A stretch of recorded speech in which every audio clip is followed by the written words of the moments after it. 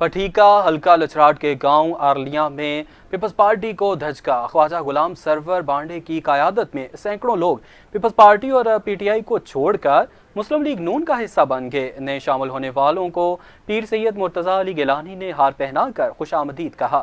متحرک سیاسی رہنما خواجہ غلام سرور بانڈے کی قیادت میں درجنوں افراد نے نون لیگ میں باقاعدہ شمولیت اختیار کر لی۔ تقریب سے خطاب کرتے ہوئے پیر سید غلام مرتضی علی گیلانی نے کہا کہ نئے شامل ہونے والے تمام احباب کا شکریہ ادا کرتا ہوں اور پیغام دینا چاہتا ہوں کہ آپ میرے دست بازو بنے اور آپ کے حقوق کا محافظ بن کر رہوں گا اور آپ لوگوں کو کبھی مایوس نہیں کروں گا۔ انہوں نے کہا کہ اللہ نے موقع دیا تو اس علاقے کی محرومیوں کو ختم کرنے کے لیے اپنا کردار ادا کریں گے، تمام مسائل کے حل کے لیے ہر ممکن کوشش کریں گے۔ اور ان کا مزید کہنا تھا کہ عوام مفاد پرست ٹولے کا احتساب کرنے کے لیے مجھے سپورٹ کریں تاکہ ہر عوامی مجرم کو کٹہرے میں لا کھڑا کر سکوں۔